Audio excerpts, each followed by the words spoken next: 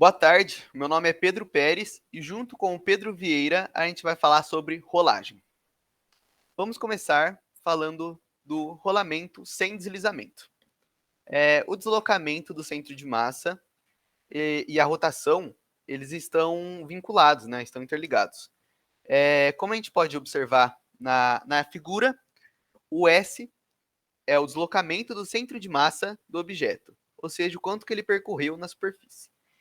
E o delta é o deslocamento angular do objeto em torno de um eixo que passa pelo centro de massa do sistema, ou seja, quanto ele angulou para chegar em tal distância.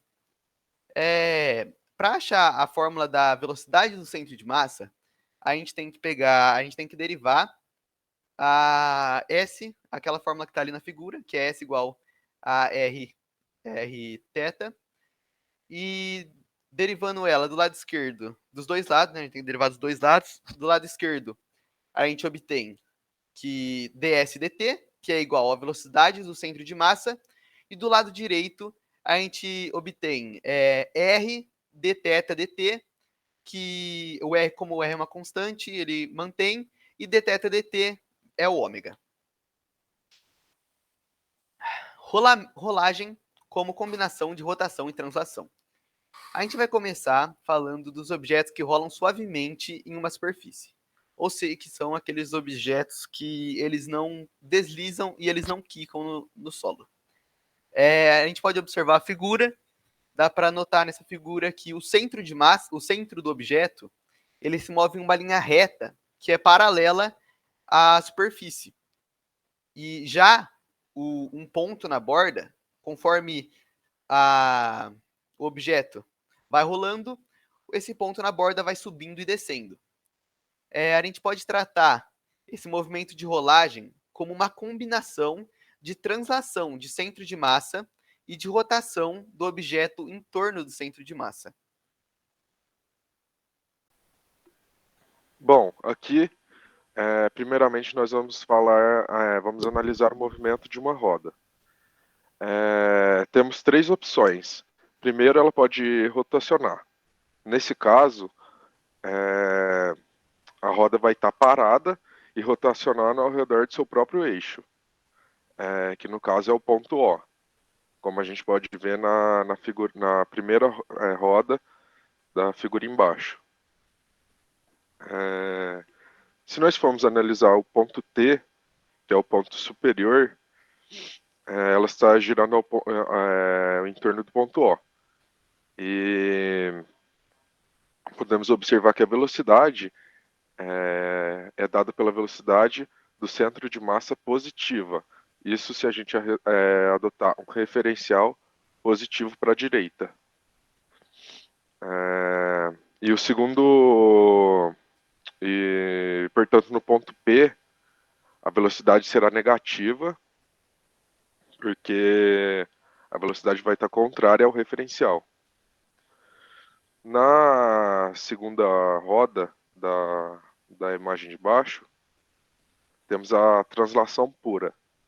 Nesse caso, a gente pode imaginar uma bicicleta que o freio foi acionado, travando a roda, e assim a roda começa a derrapar, sem rotacionar ao redor do seu próprio eixo. Quando a gente adota um referencial no solo, a gente pode observar que o ponto O se desloca para a direita com velocidade dada pelo centro de massa. O ponto de cima, o ponto T, ele tá parado em relação ao ponto O, e o ponto P também está parado porque a roda está travada, não está tendo rotação. Nesse caso, a velocidade nos três pontos vai ser igual à velocidade do centro de massa. Na terceira imagem, a gente tem a rolagem. Na rolagem, a gente tem a junção dos dois movimentos anteriores, que é o movimento de rotação e translação. A gente pode relacionar esse movimento, por exemplo, com uma bicicleta que está andando, que a roda está girando ao redor do seu próprio eixo e ela também está se deslocando para frente. Portanto, tem translação e rotação no movimento. Na rotação, no ponto T, que é o ponto mais alto da roda, o ponto P, na rotação no ponto T e no ponto P, eles rotacionam em relação ao eixo. E na translação, o ponto O se movimenta em relação ao solo. Nesse tipo de movimento, o ponto P está parado em relação ao solo. E o ponto O ele se desloca com velocidade igual do centro de massa. E o ponto T, que é o ponto mais alto da roda, ele se desloca com o dobro da velocidade no ponto O. Portanto, é 2 vezes a velocidade do centro de massa. Se a gente for analisar a figura de cima,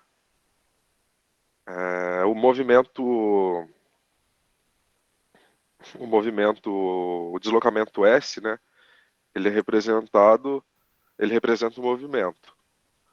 E ele é igual ao raio vezes o θ, porque nesse caso o deslocamento ele é relacionado ao comprimento de um semi-arco. Quando a gente deriva a equação dos dois lados, do lado esquerdo fica ds sobre dt, e isso é igual à velocidade do centro de massa, né?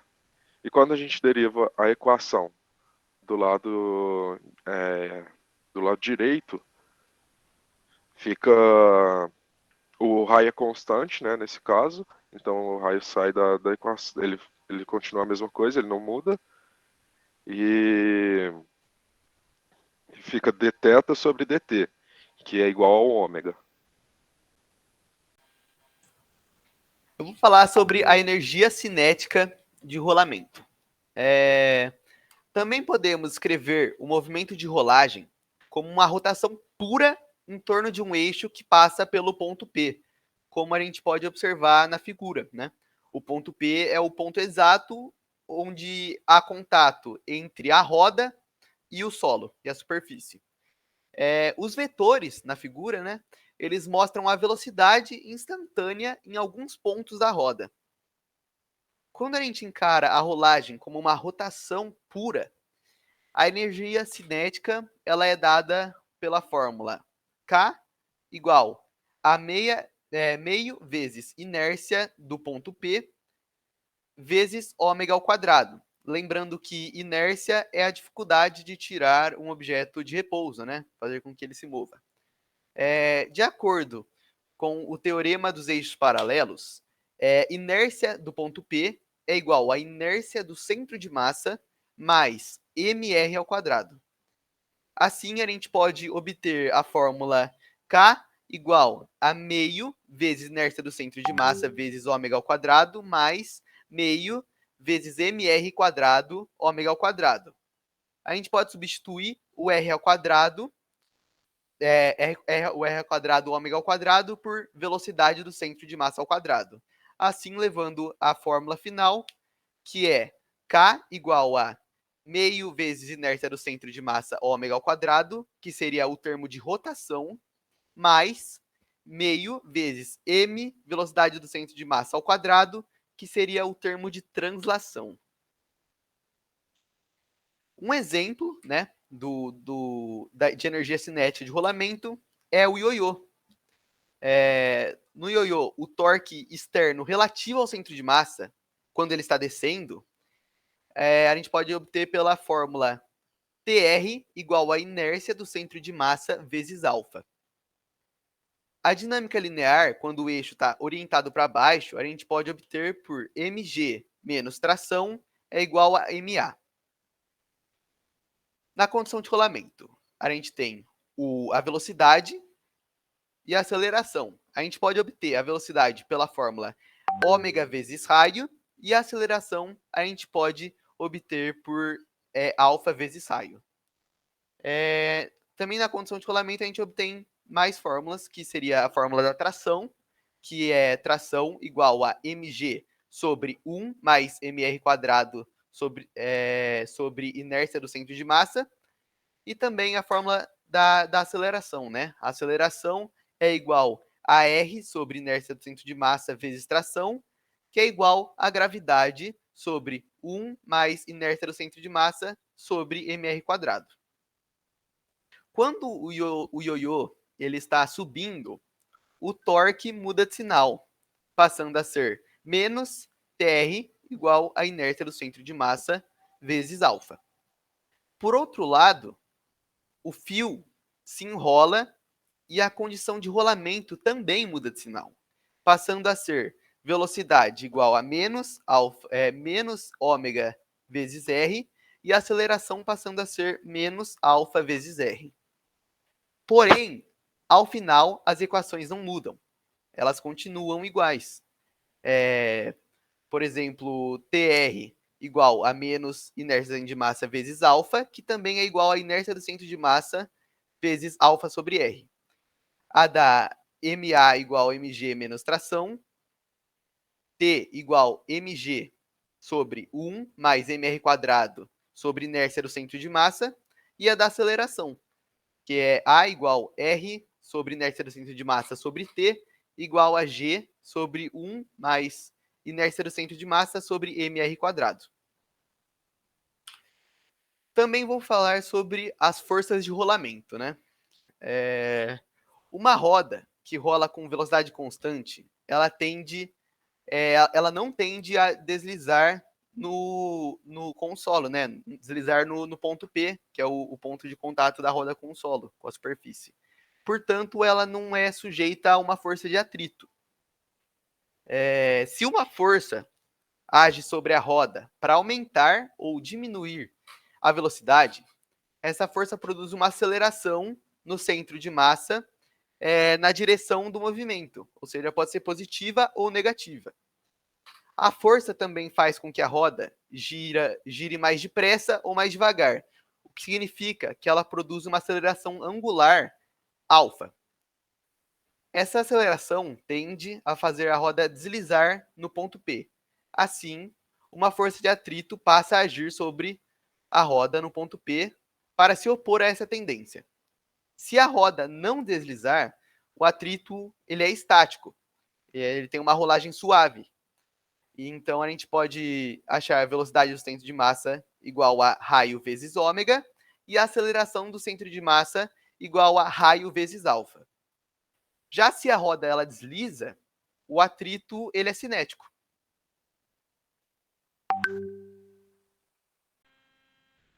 Bom, agora eu vou resolver um exercício a respeito de rolagem.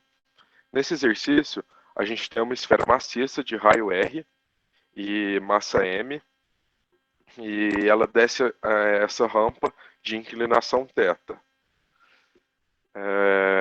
O exercício também fornece para a gente que a esfera desce girando e sem escorregar, e que o momento de inércia dela é 2/5 vezes a massa vezes o raio ao quadrado, e ele quer saber qual é a força de atrito e qual é a aceleração do centro de massa. Para resolver esse exercício, a gente vai adotar um referencial de y sendo perpendicular à rampa, formando 90 graus, e positivo para cima, e em x ela vai ser paralelo com a inclinação da rampa e positivo para baixo. A gente, para resolver esse exercício, a gente vai dividir ele em duas partes. Primeiro na translação e segundo na rotação. Na translação, a gente vai aplicar a segunda lei de Newton e vai calcular as forças tanto em x quanto em y. Primeiramente, em x, aí isso vai ficar a somatória das forças em x é igual a massa vezes a aceleração em x. Quais são as forças que atuam em x aqui na esfera? Vai ser a força de atrito, que nesse caso aqui ficou faltando um negativo aqui, mas ela é negativa porque ela é contrária ao referencial. E também tem a componente do peso, da força gravitacional aqui em x também.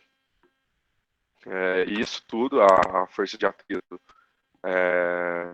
mais a força gravitacional em x, é igual a massa vezes a aceleração. A força gravitacional em x, ela é a massa vezes a gravidade vezes o seno de θ. E aí, substituindo isso na equação, a gente conclui que a massa vezes a aceleração no centro de massa é igual a massa vezes a gravidade vezes o seno de θ menos a força de atrito. E isso dá uma primeira equação para a gente. Em y, a somatória das forças em y é igual a massa vezes a aceleração em y. Porém, aqui, devido ao referencial que a gente escolheu, ele é perpendicular ao plano, a esfera ela não tem aceleração em y. Então, portanto, é zero a aceleração. E a gente conclui que a força normal é igual a massa vezes a gravidade vezes o cosseno de θ.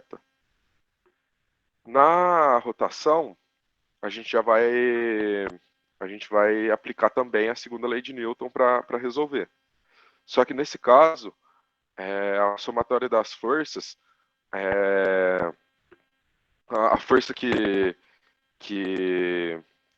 aplica o movimento de rotação é o torque. E a única força que produz torque aqui nesse problema é a força de atrito. Porque ela é a única que ela não é aplicada no centro que ela não é aplicada no eixo, né? E para conseguir produzir torque, a força ela não pode ser aplicada no centro da esfera, né? E aí a gente tem que a somatória do torque é igual ao momento de inércia vezes o alfa. Esse alfa é a nossa aceleração angular. A partir dessa equação, a gente vê que o raio vezes a força de atrito é igual a 2/5 vezes a massa vezes o raio ao quadrado, que é o momento de inércia que foi fornecido pelo problema, vezes o alfa. Porém, como o problema falou que a esfera ela desce girando e sem escorregar, isso implica que na equação que a velocidade no centro de massa é igual a R vezes ômega. Aí quando a gente deriva essa equação dos dois lados, a gente pega que em relação ao tempo, a gente vai ter que dv no centro de massa sobre dt é igual a aceleração no centro de massa, derivando do lado esquerdo da equação, né? E quando a gente deriva do outro lado também, R é constante, por isso ele não, por isso ele vai continuar. E aí a gente derivando d ômega sobre dt, a gente acha o alfa. E aí a gente conclui na equação que a aceleração no centro de massa é igual a R vezes alfa. Aí a gente pode passar o R dividindo e aí a gente fica que alfa é igual à aceleração do centro de massa sobre R. E aí a gente pode substituir esse alfa na parte de baixo. Aí a gente conclui que R é igual à força de atrito, R vezes a força de atrito é igual a 2/5 vezes a massa vezes o raio ao quadrado, vezes a aceleração sobre o raio. E aí a gente conclui que a aceleração no centro de massa é igual a 5 sobre 2 força de atrito, 5 sobre 2 vezes a força de atrito dividido pela massa. E aí a gente conclui a segunda equação aqui. Agora, para a gente achar a força de atrito, a gente vai igualar a equação 1 na equação 2. E aí isso fica que 5 meios vezes a força de atrito dividido pela massa é igual a gravidade vezes o seno de θ menos a força de atrito dividido pela massa. Aí isso implica que 5 meios da força de atrito mais a força de atrito é igual a massa vezes a gravidade vezes o seno de θ. Portanto, 7 meios da força de atrito é igual a massa vezes a gravidade vezes o seno de θ. Aí a gente passa esses 7 meios para lá, para o outro lado. E inverte, né?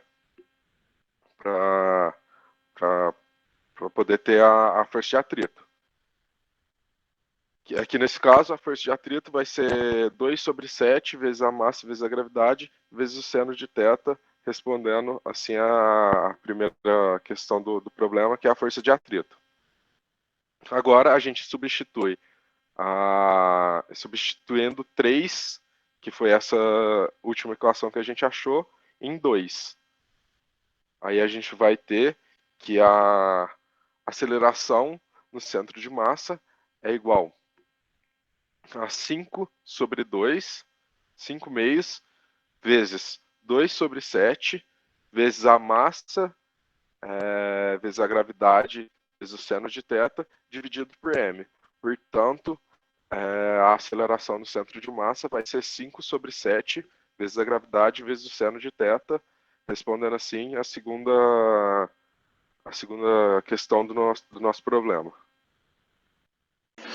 Bom, boa noite, professor Guilherme. Hoje eu vou te dar uma aula de torque. Bom, vamos lá, para a definição. Bom, torque, ou momento de uma força, que também pode ser chamado assim, é a tendência que uma força tem de rotacionar um corpo sobre o qual ela é aplicada. Vou te dar um exemplo. Por exemplo, a porta. A porta tem as dobradiças, e se você aplicar uma força perto da dobradiça, você vai precisar de uma força muito grande para conseguir fechar ou abrir ela, entendeu? Mas, por exemplo, se você aplica a mesma força na maçaneta, que é bem mais distante, a intensidade que ela pode ser fechada ou aberta seria muito maior do que se ela fosse aplicada bem perto do ponto de rotação, entendeu? Sendo assim, a gente consegue definir torque como o produto de dois fatores, que é a força e a distância. E assim sai a fórmula de torque, que seria torque é igual a força vezes distância. Sendo assim, qual força seria mais efetiva para o afrouxamento da porca nesse sistema? Bom, aí a gente vê uma chave tentando afrouxar a porca e queria saber se a força FA ou FB é melhor para esse tipo de situação. E como eu expliquei anteriormente, como a distância influencia bastante no torque, o FB seria o melhor caso, pois ele está mais distante do ponto de rotação do sistema.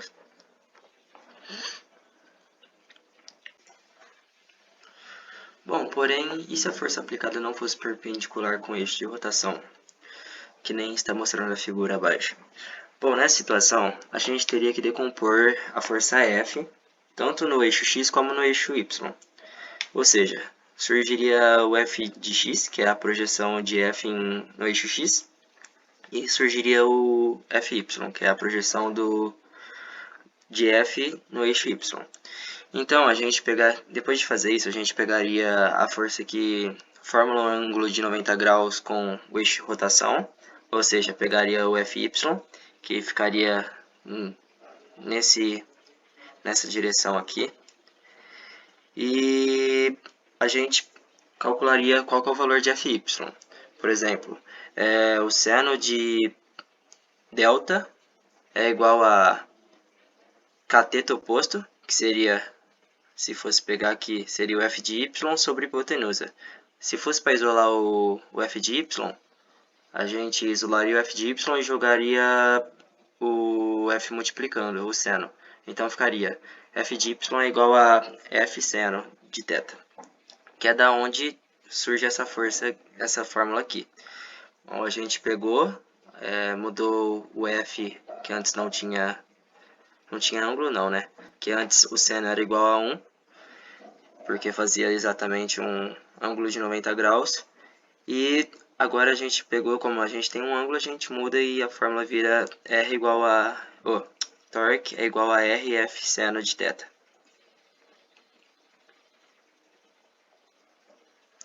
Bom, para definir o sinal de torque, se ele é positivo ou se ele é negativo, tudo vai depender do sentido da rotação. Por exemplo, se a rotação for em sentido anti-horário, o torque tem um valor positivo. Mas se o sentido da rotação for no sentido horário, o torque vai ter sinal negativo. Bom, e a gente pode definir o sentido da rotação de torque, no caso, pela regra da mão direita, que no caso o meu amigo Pedro vai explicar para você. O torque, ele é um vetor. Portanto, ele tem módulo, direção e sentido. O Rafael já mostrou como calcula o módulo. Agora eu vou falar sobre o sentido e a direção. Podemos identificar o sentido e a direção usando a regra da mão direita. Suponhamos aqui na imagem, suponhamos que temos o vetor R aqui em azul e o vetor F em roxo. A gente traz o vetor F para trás, para ficar mais fácil, né? E como eles estão no plano azul, dá para saber que o produto vetorial fornece um vetor que está a 90 graus desse plano que estamos estudando. Usando a regra da mão direita, leva o R para o F e o dedão fica para cima, que é onde está direcionado o torque. Vamos para um exemplo. Aqui tem um exemplo do parafuso. Nesse exemplo, tem que girar o parafuso. Aí, usando a regra da mão direita, se você quer que a rosca suba, a palma da mão vai mostrar para onde deve girar. Se quer que suba o dedão para cima, se quer que desce a rosca, dedão para baixo. O torque, isso leva porque o torque é o ato de girar. E quando você está pensando nessa forma, né, nessa regra da mão direita, o que você está fazendo? Você está fazendo esse produto vetorial. Então, o torque é dado pelo produto vetorial de R com F.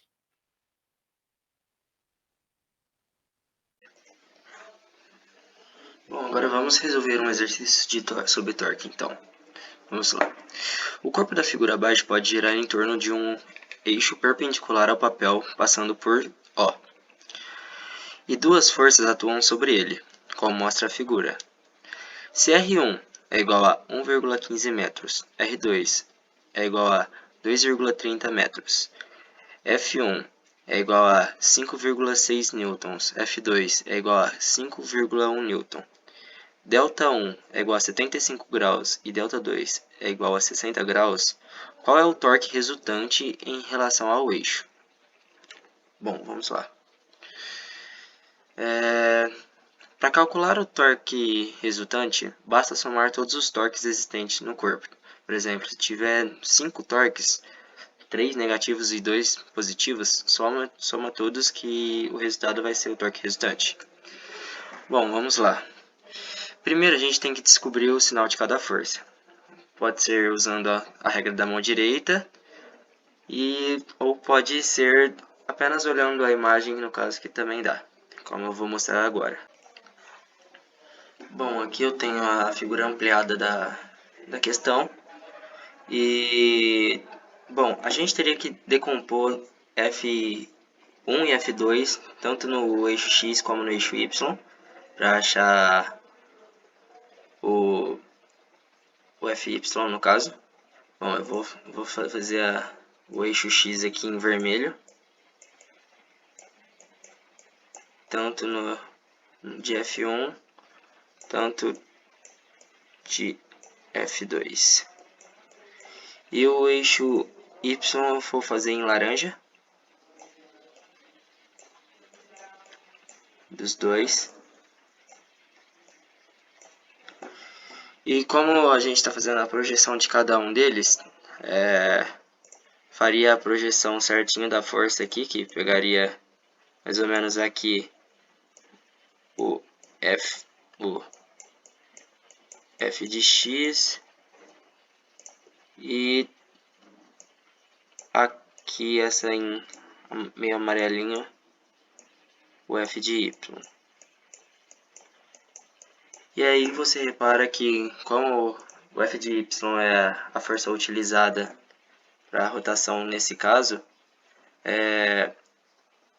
ele impulsiona, tipo, ele força o corpo a rotacionar no sentido anti-horário, que no caso então ele seria positivo.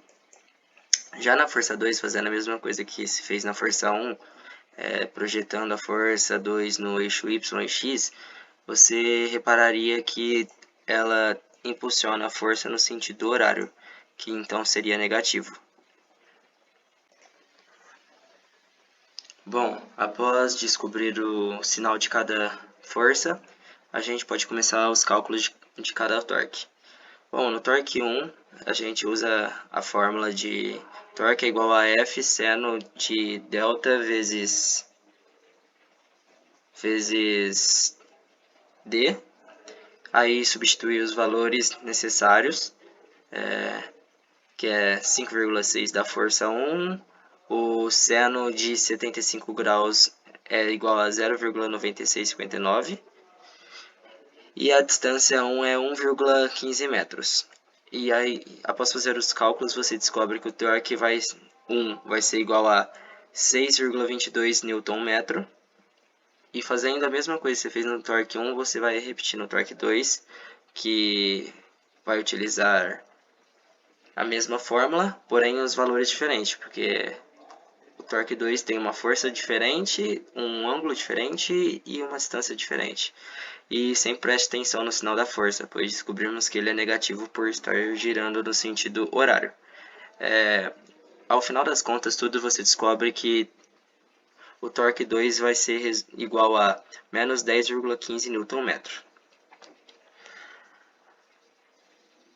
Após descobrir os dois torques, para achar o torque resultante, basta somar eles, que seria o 6,22 do torque 1, mais o menos 10,15 do torque 2. E aí o torque resultante daria menos 3,93 Nm, que no caso faltou aqui. Bom, com isso eu agradeço a atenção, professor. Espero ter feito um bom trabalho. E agora, antes de terminar tudo, eu vou dar um exemplo de torque diário.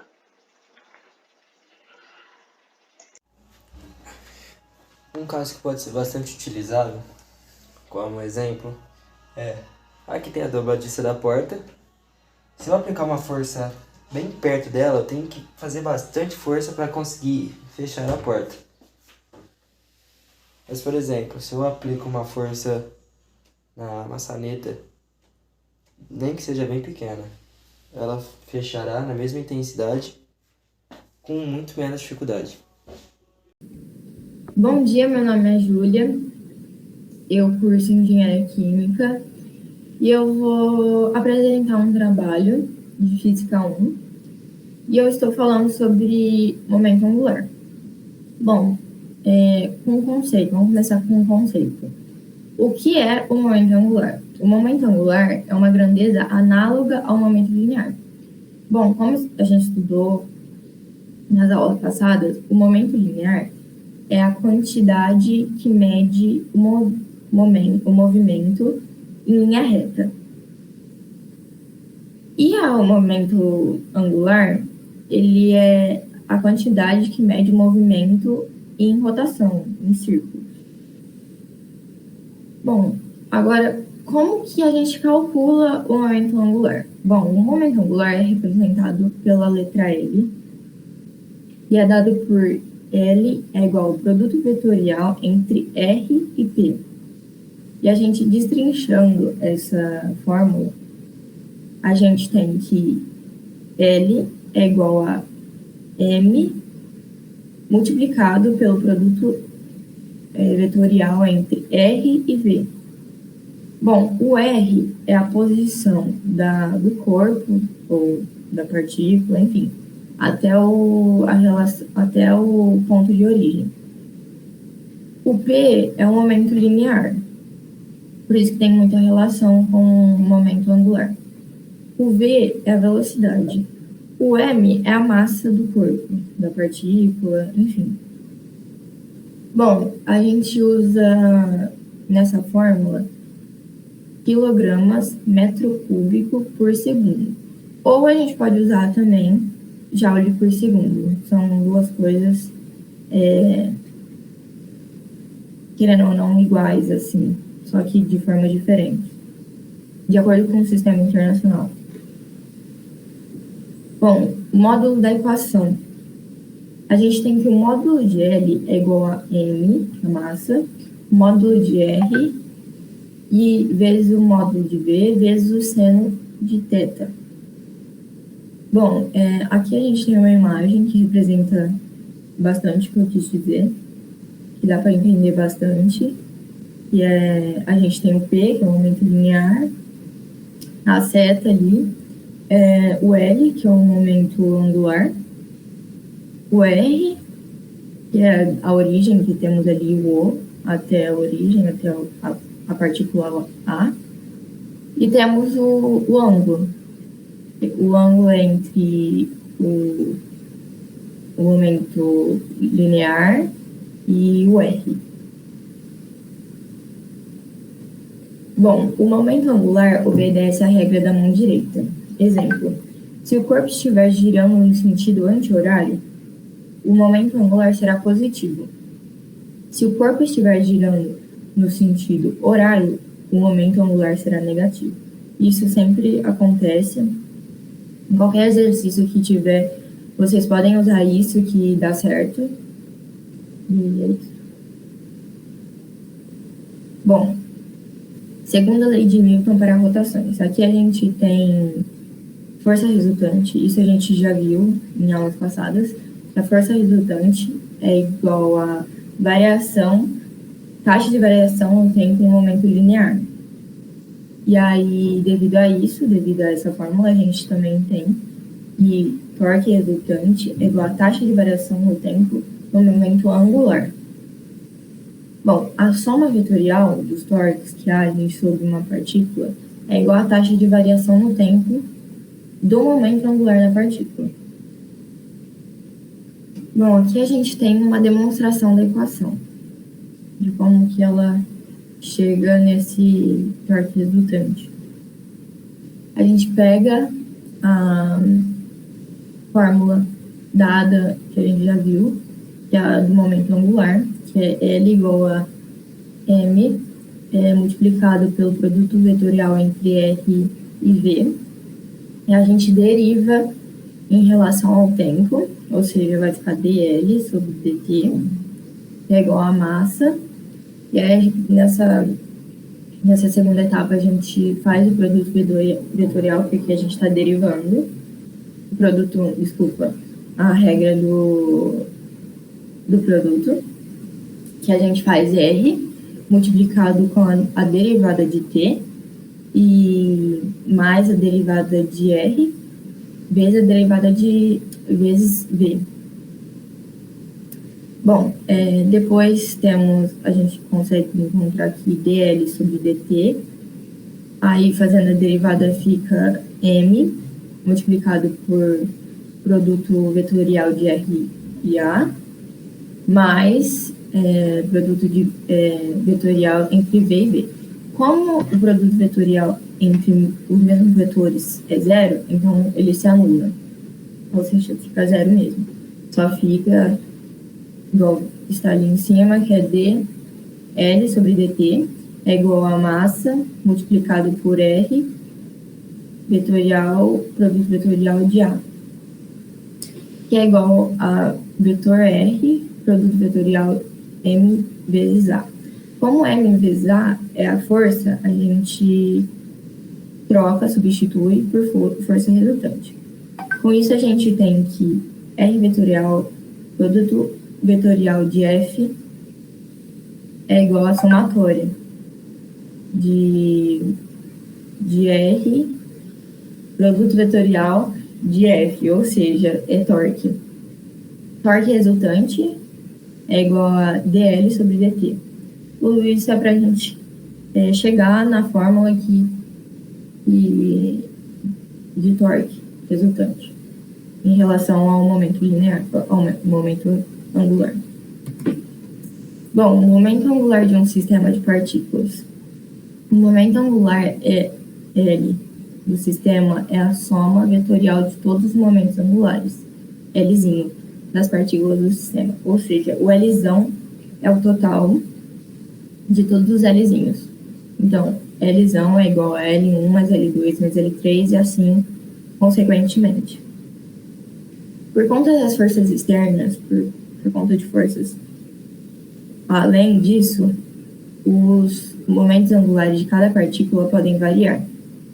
Diante a isso, precisamos determinar a variação total de L, derivando a equação anterior em relação ao tempo. Novamente, a gente vai derivar a equação em relação ao tempo. Ou seja, fica dLzão, que é a somatória, sobre dt, é igual à somatória de dLi, que é todos os Lzinhos, sobre dt. Vale ressaltar que o torque externo resultante que age sobre um sistema de partículas é igual à taxa de variação com o tempo do momento angular total. Ou seja, dLzão sobre dt é igual ao torque resultante, somatória das forças, torque resultante.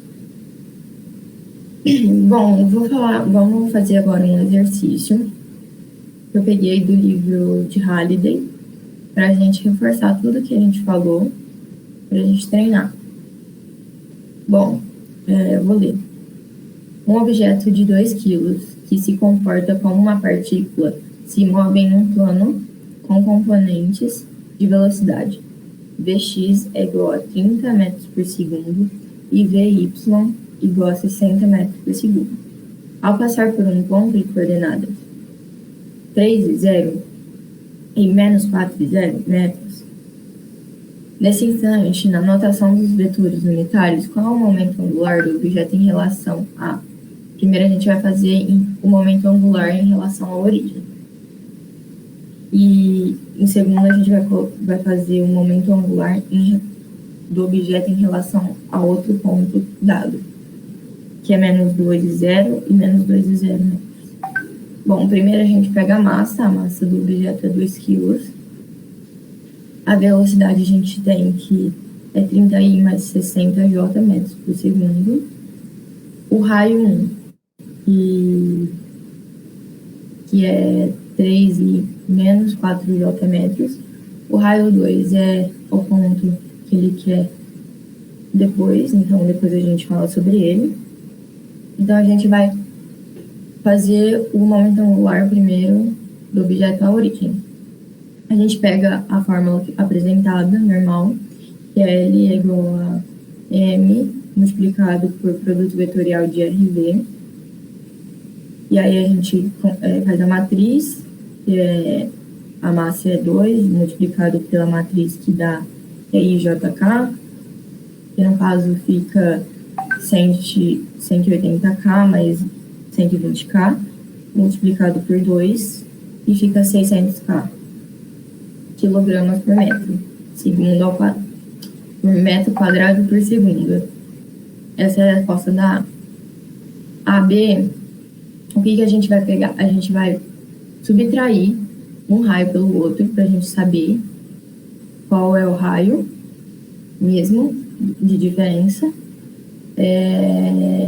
Que no caso a gente faz a subtração, fica 5i menos 2j, multiplica pela massa, que é a mesma, monta a matriz, aí a gente faz a matriz e dá 300k mais 60k, isso a gente multiplica por 2, porque a fórmula, como descrita é a mesma, e no final fica 720k quilogramas metro ao quadrado por segundo.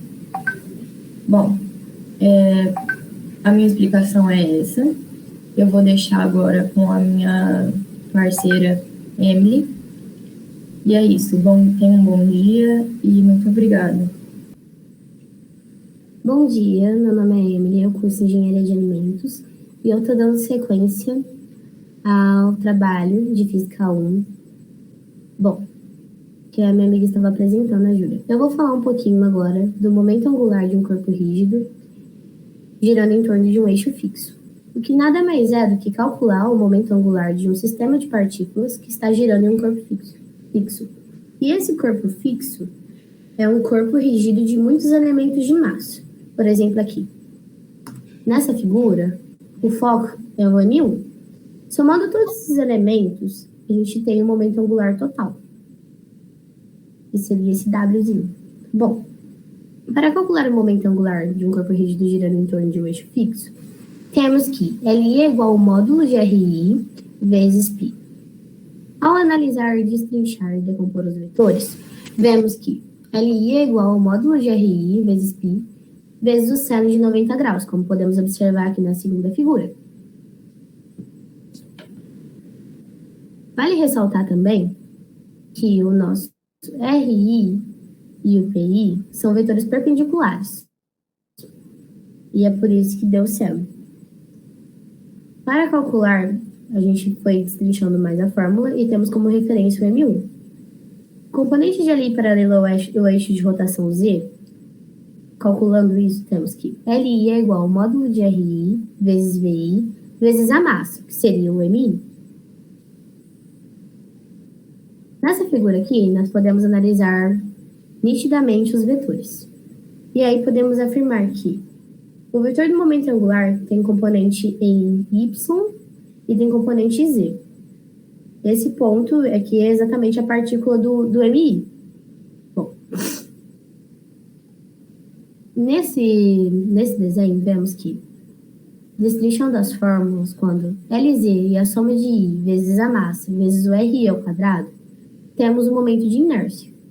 Quando a soma de I vezes Ri vezes o momento angular vezes Ri vezes a massa, temos a mesma coisa que Lz, que é igual a inércia vezes o momento angular. Quando nós paramos para analisar tudo isso, vemos que a figura aqui, para se calcular, não precisa de muito. Nada mais é do que um produto vetorial entre os vetores, porque eles são perpendiculares. Logo, L é igual a R, que é produto vetorial de P. E aqui nós substituímos o VI por W e R por conta da fórmula que V é igual ao momento vezes o raio. Agora nós vamos fazer o teste 6 para fixar melhor o conhecimento. Eu vou ler o teste 6. Na figura, um disco, um anel e uma esfera maciça são postos para girar em torno de um eixo central fixo, como peões, por meio de um barbante enrolado que aplica a mesma força tangencial F aos três objetos. Os três objetos têm a mesma massa, o mesmo raio e estão inicialmente de repouso. Ordene os objetos de acordo com o item A pede o momento angular em relação ao eixo central e o item B pede a velocidade angular em ordem decrescente após o barbante ter sido puxado durante o mesmo intervalo de tempo ΔT. Bom, aqui no exercício mesmo, já diz que o momento angular, que os três objetos aqui apresentam a mesma massa e o mesmo raio, e inicialmente estão em repouso. Logo, o L vai ser constante. Então, no item A já podemos concluir que o L é igual para todos. Aqui. Baseado nesta fórmula. Calculando o item B, vemos que o anel tem massa, tem velocidade angular mr ao quadrado, a esfera tem 2/5 mr ao quadrado e o disco tem meio mr ao quadrado. Bom, analisando as três figuras, vemos que a maior velocidade angular em ordem decrescente está para a esfera, logo depois vem o disco e depois vem o anel. Bom, suponhamos que aplicamos uma força aqui e temos uma distância.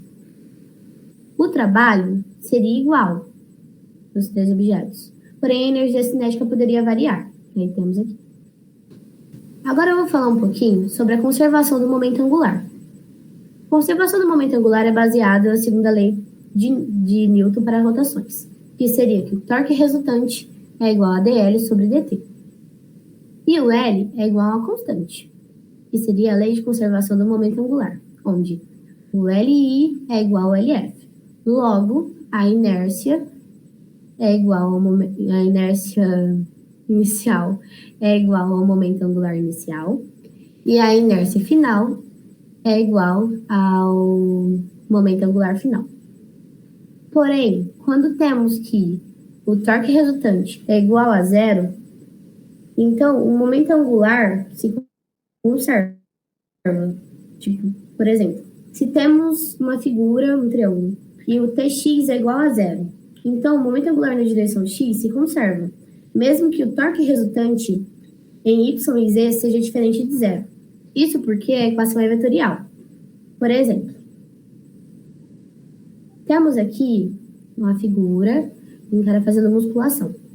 Aqui, na primeira figura, no item 1, o peso não está concentrado, o peso está dividido em um braço e no outro braço.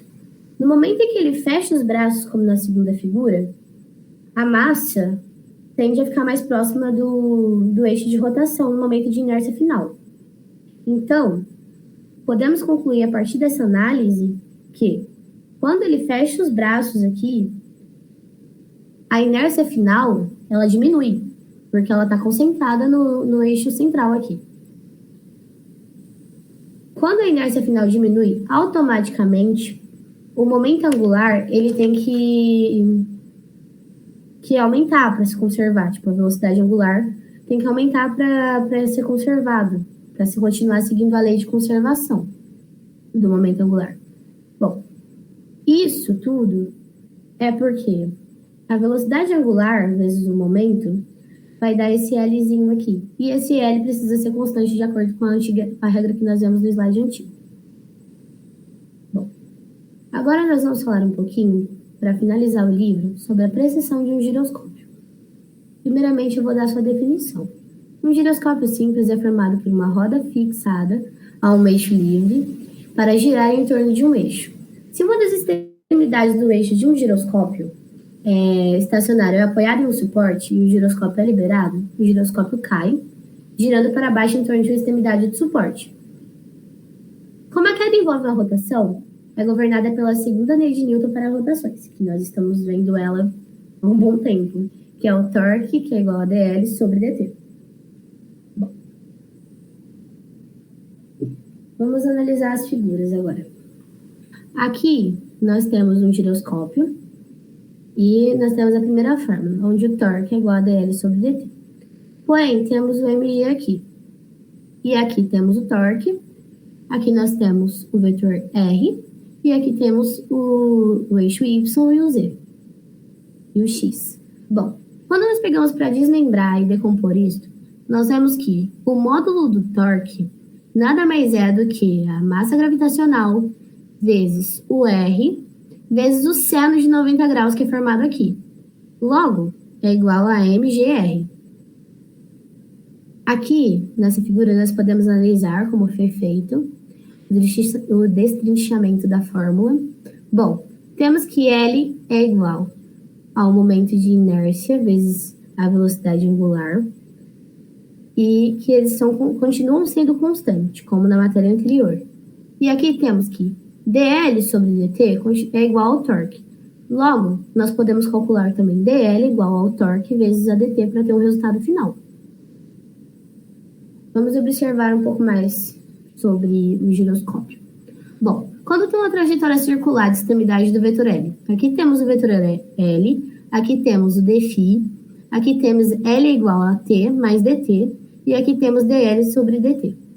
Bom, calculando isso daqui, colocando na fórmula, temos que módulo de dl, porque é um vetor, é igual ao torque vezes dt, que é igual a massa gravitacional vezes o r, vezes dt. Bom, quando nós pegamos para calcular, vemos que não temos o dφ nem o dt. Logo, nós vamos atrás deles. Ó. Tendo dφ vezes L, calculando aqui, para ter o espaçamento do ângulo, temos que dl sobre L é igual a massa gravitacional vezes o raio vezes dt dividido por L. Logo, dφ sobre dt é igual à soma da massa gravitacional vezes o raio sobre L que no final é a mesma coisa que a velocidade de precessão de um giroscópio, que é a massa gravitacional vezes R dividido pela inércia vezes o momento angular. Bom, aqui finalizamos a apresentação. Muito obrigada por ter assistido. Espero que tenham gostado.